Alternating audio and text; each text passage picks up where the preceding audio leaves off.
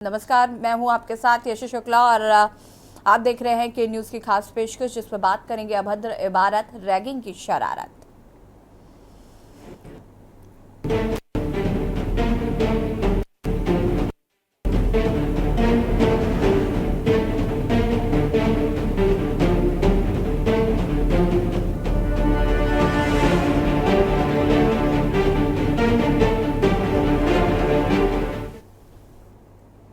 Ragging को लेकर सख्त रुख अख्तियार किए जाने के बाद भी शैक्षिक संस्थानों में पूरी तरह रैगिंग के नाम पर सीनियर्स द्वारा जूनियर छात्र छात्राओं के उत्पीड़न पर पूरी तरह लगाम नहीं लग पा रही है।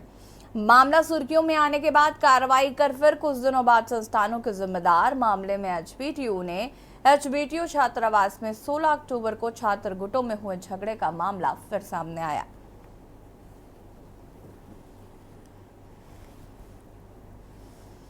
मारपीट करने वाले बीटेक 4 के 2 छात्रों को विश्वविद्यालय से निष्कासित किया गया है। 4 छात्रों पर अर्थदंड छात्रावास निष्कासन की कार्रवाई की गई है। जांच कमेटी की रिपोर्ट के आधार पर कुलपति की कठोर कार्रवाई से कैंपस में हड़कंप देखा जा रहा है। कुलपति के निर्देश पर एंटी रैगिंग टीम ने शुरू की रैगिंग।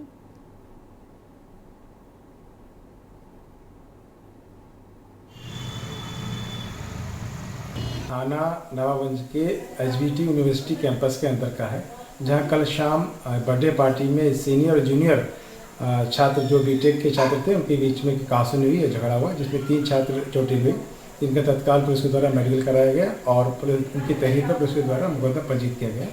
आगे की कार्य पुलिस के द्वारा की जा रही है।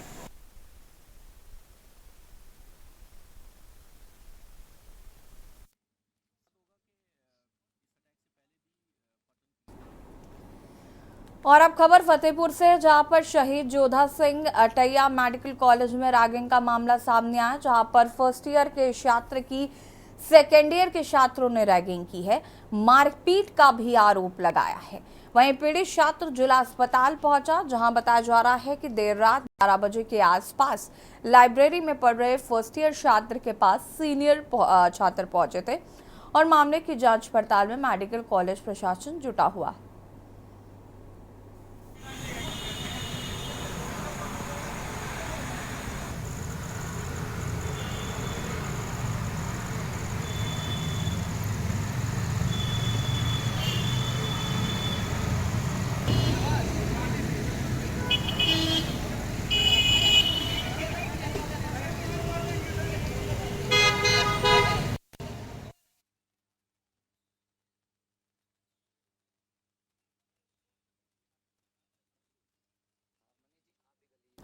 रैगिंग को लेकर जहां एक और सख्ती बरती जाती है, तो वहीं दूसरी तरफ इस तरीके की तस्वीर आ रही है सामने।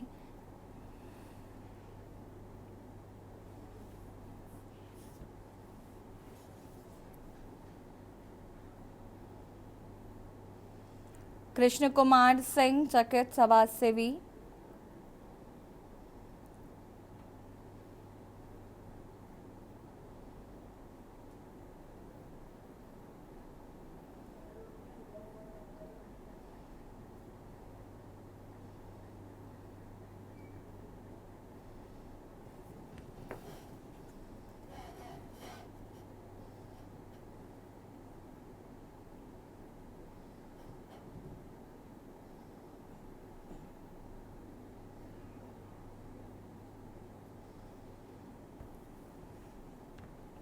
एससी पांडे जी, प्रधानाचार्य डिग्री कॉलेज अकबरपुर, हमारे साथ जुड़ चुके हैं। कृष्ण कुमार सिंह चकित समाज सेवी हमारे साथ जुड़ चुके हैं। मनीष शर्मा, अध्यक्ष अभिभावक संघ से हमारे साथ जुड़ चुके हैं। सबसे पहले तो आप सभी का बहुत बहुत स्वागत है।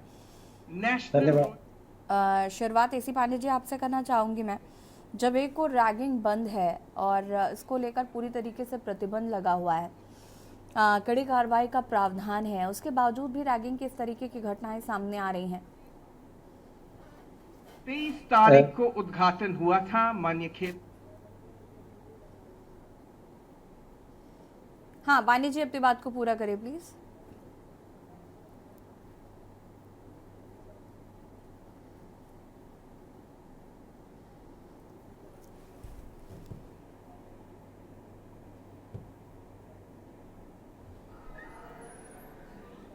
हेलो। पांडे जी, आवाज आ रही है आपको? हाँ, मैं डॉक्टर एसी पांडे बोल रहा हूँ। जी।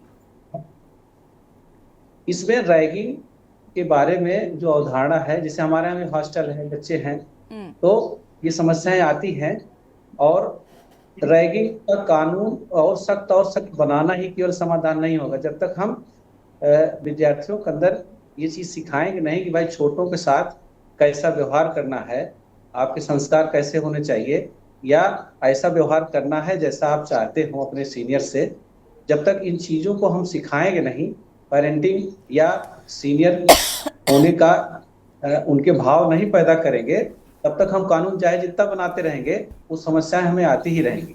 तो इन पर और वो इम्प्लीमेंटेशन कौन करवाएगा, कौन जिम्मेदारी लेगा इसकी? इसकी जिम्मेदारी तो प्रबंधक की, प्रधानाचार्य की होती है। जी, हम लोग प्रशासनिक उसमें आते हैं, लेकिन हमारा अनुरोध है, हम अपने यहाँ कर भी रहे हैं कि जैसे एनएसएस के सीनियर विद्यार्थी हैं, एनसीसी के हैं, और कुछ गोष्ठी, कुछ नुक्कड़ नाटक करके उनमें जब तक हम उनके मन में चीज नहीं भरेंगे, तब तक केवल कानून बना देने से हम रैगिंग रोक पाएंगे, ऐसा हमें नहीं लगता है। प्रधानाचार्य मैं सोच रहा हूँ, और मतलब उसमें हमें कई स्टेप में काम करने पड़ेंगे रैगिंग रोकने के लिए। अनुशासन एक अपनी जगह है, कॉलेज प्रशासन की तरफ से और थाना पुलिस प्रशासन की तरफ से, वो सब तो कानूनी कार्रवाई अपनी जगह पर है, लेकिन उसके साथ ही कॉलेज में भी ऐसा माहौल बनाना पड़ेगा और उनको सिखाना भी पड़ेगा। वो जो फर्स्ट ईयर से आए तभी से सिखाना पड़ेगा। देखिए, आज अभी जूनियर हो, अगले साल सीनियर हो जाओगे तो बच्चों के साथ कैसा व्यवहार करोगे, तो वो चीज करिकुलम में ही डाल करके ही हम कहीं न कहीं से वो कंट्रोल पड़ेगा कॉलेज की तरफ से, ऐसा मैं सोचता। कृषि कुमार सिंह जी, क्या कुछ कहना है? रैगिंग जिस तरीके से प्रतिबंधित है, उसके बावजूद भी इस तरीके के मामले सामने आ रहे हैं, जो कि कई सवाल खड़े करता है।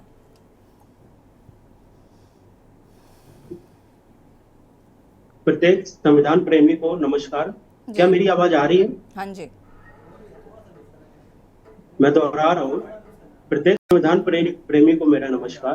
के न्यूज को धन्यवाद, आभार, जो आपने ऐसा गंभीर मुख्य बिंदु, मुख्य प्रश्न या मुख्य विषय आपने उठाया है, इसके लिए आभार, आपको कोटि कोटि आभार। जैसा कि हम सभी लोगों को विदित है कि यह अधिक समय से जो रैगिंग, जो समस्या यूनिवर्सिटी, बड़े बड़े छोटे छोटे शैक्षणिक संस्थान यूनिवर्सिटी में समस्या आती आ रही है। मेरा ये मानना है कि आज का समय बहुत आधुनिक हो चुका है और कोई भी बच्चा या बच्ची बहुत जल्दी ही कहीं ना कहीं मैच्योर हो जा रहा है, बहुत ही जल्दी ही वह कहीं ना कहीं सोसाइटी, एक समाज, और आजकल इतनी आधुनिकता है, तो इस कारण कहीं ना कहीं आधुनिकता के उससे जुड़ाव है, तो इस कारण कहीं ना कहीं मेंटली और हर तरीके से आदमी मैच्योर हो रहा है। तो मेरा ये मानना है कि लगभग पाठ्यक्रम में एक रैगिंग जागरूकता जैसे विषय को कहीं ना कहीं एक पाठ्यक्रम में जोड़ देना चाहिए, जिससे क्या हो कि बच्चे बच्चियों को एक बाल अवस्था से कह लीजिए या फिर एक किशोरावस्था में आने से ही पूर्व वह इतना जागरूक हो जाए कि हमें यह असामाजिक कृत्य, कुकृत्य, अपमानजनक कृत्य नहीं करना है। और मैं आपके के न्यूज के व्यूअर को, और एक बहुत बड़ा प्लेटफॉर्म है के न्यूज को, तो कई लोग, भारी संख्या में लोग देखते हैं, तो आपके माध्यम से मैं एक विषय भी, एक सूचना भी साझा करूंगा कि हमें लोगों को जागरूक करना है अपने आसपास सोसाइटी में भी, एक छोटे छोटे कैंपेनिंग लगा के। और मैं ये एक बात कहना चाहूंगा कि यह एक कहीं ना कहीं राजनेताओं को भी अपने अपनी विधानसभा में, अपने अपने लोकसभा क्षेत्र में, अपने अपने वार्ड में, इसको कहीं ना कहीं एक जागरूकता कैंपेनिंग रैगिंग के विरुद्ध चलानी चाहिए, लोगों को अवेयरनेस करनी चाहिए, जागरूक करना चाहिए। अभी हाल ही में हमने देखा है कि कानपुर नवाबगंज थाना क्षेत्र में एक HBTU यूनिवर्सिटी है, विश्वविद्यालय है, वहां पे रैगिंग का मामला सामने आया है। वहां पे लगभग 8 मैं कह लूं क्या बड़े लोगों ने, मैच्योर थे वो भी, परंतु पता नहीं, मुझे लगता नहीं कि पता नहीं कैसे वो ऐसे कुकृत्य की ओर बढ़ जाते हैं। मेरा वहाँ अगला उन्होंने सवाल यही रहने वाला था कृष्ण कुमार जी कि बच्चों के अंदर इतनी संवेदनशीलता गौरव ऐसे आ होनी जाओ। चाहिए कि वो किसी को इस कदर परेशान ना करें। इतनी संवेदनशीलता तो मुझे लगता है बच्चों के अंदर होनी चाहिए, और ये पेरेंट्स की भी जिम्मेदारी है, सिर्फ प्रबंधक की जिम्मेदारी नहीं है। माता पिता की या अभिभावक की या जो भी उसकी सुरक्षा संरक्षण कर रहा है, कहीं ना कहीं उनको भी यह ध्यान देना होगा कि ये जो सामाजिक जो अभी भी कहीं ना कहीं एक अपमानजनक जो कृत्य होते हैं, इनको हम लोगों में कहीं ना कहीं लोगों को, जैसे हम लोग एक संस्कार देते हैं, एक अपनी बड़े बुजुर्गों की प्राचीन सभ्यताएं के बारे में बताते हैं, अपने परिवार के बारे में रूबरू कराते हैं, उसी प्रकार यह भी भीतर हम लोगों के कहीं ना कहीं प्रवेश करना चाहिए, पहुंचाना चाहिए। ठीक है, कि रैंकिंग मनीष शर्मा जी का रुख कर लेते हैं, इसके बाद आपके पास आते हैं। मनीष शर्मा जी, क्या कुछ कहना चाहते हैं इस पूरे प्रकरण को लेकर? सबसे पहले तो पहले तो इस गंभीर विषय को उठाने के लिए आपको के न्यूज को बहुत बहुत धन्यवाद करूंगा। ये विषय ऐसा है, अगर मैं कहूँ तो इस रैगिंग से मैं भी पीड़ित हो चुका हूँ। मेरे बच्चे के साथ में हुआ था, एक बड़ी यूनिवर्सिटी थी गुड़गांव में। होता क्या है, प्रशासन, स्कूल प्रशासन मानने को भी नहीं तैयार होता है कि हुई। और अवेयरनेस देखिए, रैगिंग एक बहुत पीछे से चला आ रहा विषय, एक संस्कार सिखाने का, बड़े का सम्मान सिखाने तक तो रैगिंग एक माना जाता है कि चलिए आप एक सिखा रहे हैं कि बड़ों से कैसे बात करनी है, मगर रैगिंग के नाम पर अत्याचार करना, प्रताड़ित करना, और रैगिंग के बाद वो बच्चा तो झेलता ही झेलता है, उसके परिजन झेलते हैं। दर्द से मैं भली भांति परिचित हूँ, क्योंकि होता क्या है, बच्चे की पढ़ाई डिस्टर्ब होती है। जैसे कि मैं अपने बच्चे को वहां से ले आया था, आधी पढ़ाई थी उसकी बीटेक के बाद, हो सकता है इस बच्चे के पेरेंट्स भी ऐसा ही करें, क्योंकि होता क्या है, बच्चे को भेजते हैं शिक्षा के लिए, और वहां पर जब बच्चा प्रताड़ित होता है तो बच्चा चला जाता है डिप्रेशन में, और बड़ी बड़ी घटनाएं हो जाती हैं। इसलिए कहीं ना कहीं स्कूल प्रशासन को जिम्मेदारी लेनी होगी, और जिम्मेदारी लेकर के इस तरह की घटनाओं के लिए रोकने के लिए एक कमेटी का गठन करना होगा,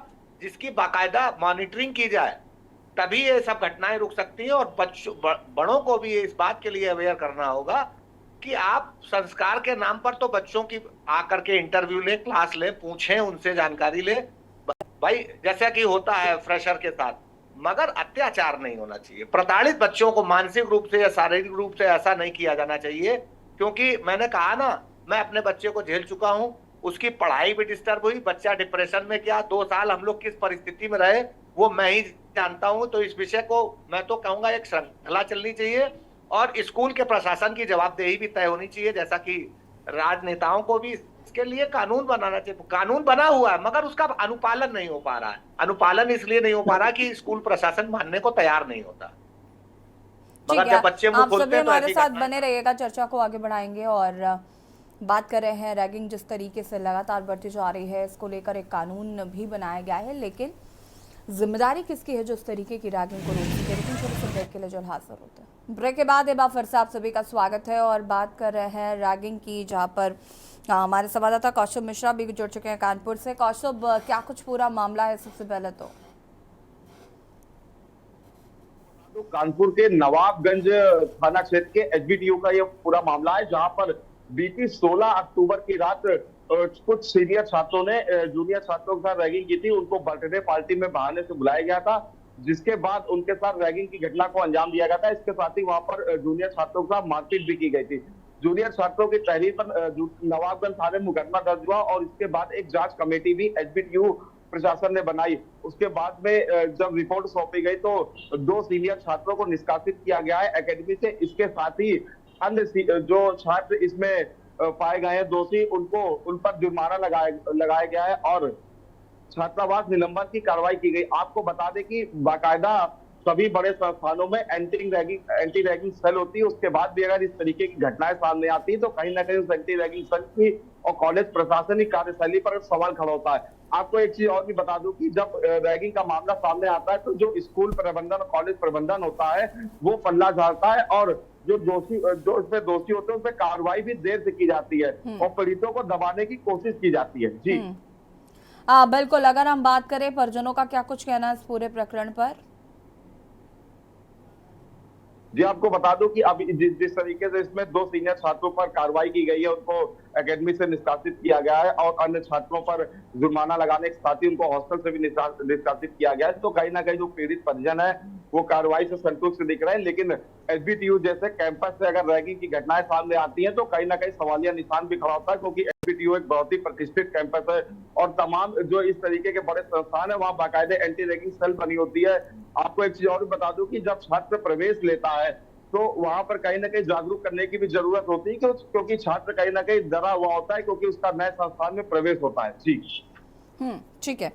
एसी पांडे जी, सबसे बड़ी बात तो यह है कि बच्चों के अंदर संवेदनहीनता कहाँ से आ जाती है। उनको तो संवेदनशील होना चाहिए, उनको ये समझना चाहिए कि आज आप जिस जगह पर है कल आप उस जगह पर थे और आपको इस तरीके से किसी भी जूनियर्स के साथ रैगिंग करने की आवश्यकता नहीं है। और इस तरीके के संस्कार, इस तरीके के आचरण, मैं ये नहीं कहती कि सिर्फ कॉलेज की तरफ से होने चाहिए, पेरेंट्स की तरफ से भी होने चाहिए। जी जी हाँ, धन्यवाद। मेरी आवाज मिल रही है ना जी। विद्यार्थियों में ये हमें शिक्षा देनी पड़ेगी, या अभी शुरू से ही, प्रथम वर्ष से ही, कि अगले वर्ष तुम्हारे जूनियर्स आएंगे और उनको इस तरह व्यवहार करना, तो उनके दिमाग में धीरे धीरे चीजें बैठती रहेंगी। और उनको ये भी अवेयर करना, कभी कभी उनको होता कि कानून ऐसे बना होता काम नहीं करता है, जबकि उनको इंश्योर करना चाहिए कि कानून बड़े सख्त होते हैं और जब कानून लग जाते हैं तो करियर भी खराब होता है और संस्थान की भी बदनामी होती है और साथ में पेरेंट्स की भी बदनामी होती है जिससे आप जुड़े हैं, जिस घर परिवार से। तो ऐसा कोई कार्य नहीं करना है और उनको ये बात अच्छे से सिखाना चाहिए कि जैसा व्यवहार आप अपने साथ चाहते हैं वैसा ही व्यवहार दूसरों के साथ करें। एक सिंपल सा ज्ञान है, जब तक ये चीज सेंस नहीं बनेगा तब तक। अब आजकल समय बदल गया है, पहले किताबें बहुत पढ़ते थे, अब बच्चे स्क्रीन पर ज्यादा समय रखते हैं, लैपटॉप में, मोबाइल में और इसमें। तो अगर किताबें कम पढ़ते हैं, भाई जीवन को भी पढ़ा जाता है। किताब सिलेबस पढ़ने के साथ थोड़ा जीवन को भी पढ़ें, कैसे जिया जाए, कैसे चीजें महत्वपूर्ण हैं। तो अगर किताबें कम हैं, कुछ हम इंटरनेट मीडिया और उस पर भी एक अभियान चला करके, ऐसे प्रेस में आप इलेक्ट्रॉनिक मीडिया है ना, प्रिंट मीडिया है, इसमें भी बीच बीच में कुछ लेख और छपते रहें ताकि उसमें उनमें अवेयरनेस बने कि आप रैगिंग के नाम पर निगेटिव नहीं, आप पॉजिटिव वे में चलिए, बच्चों को सिखाइए, हेल्प करिए, ना कि उनको परेशान करिए फिजिकली और मेंटली, क्योंकि वो मेंटल एब्यूज भी हो सकता है। ऐसा नहीं कि फिजिकली परेशान करें। इस शब्दों में ऐसा नहीं शब्द यूज करें कि जिससे उनको हर्ट हो। तरह तरह का उसमें क्राइटेरिया है। और एंटी रैग, अब जैसे हम लोग हैं कॉलेज प्रशासन के, तो घटना होने के बाद वो रिपोर्ट समझ में आती है, तो घटना तो हो चुकी, बच्चे का मनोबल, जो नया विद्यार्थी है उसका मनोबल तो टूट चुका, अब बाद में चाहे जो भी कार्रवाई करें उसका मन तो खराब हुआ। उसके पहले ही ऐसा ना हो। बच्चों को ये सिखाना है कि आपके मन में रैगिंग करने से पहले जो आपके मन में ख्याल आता है कि रैगिंग लेना है, वो ख्याल ही क्यों आया, इस पे रोक ले। धन्यवाद। बिल्कुल, आप सभी का शुक्रिया चर्चा में शामिल होने के लिए। और मुद्दे की बात पे बात कर रहे थे, रैगिंग पर कंट्रोल करना किस तरीके से बहुत आवश्यक हो गया। एचबीटीयू का ये मामला है जहां पर बच्चे के साथ रैगिंग की गई। फिलहाल जिन लोगों ने रैगिंग की थी उन पर कार्रवाई की गई है। और खास विशेष में इतना ही। देखते रहिए कि न्यूज़ इंडिया। नमस्कार।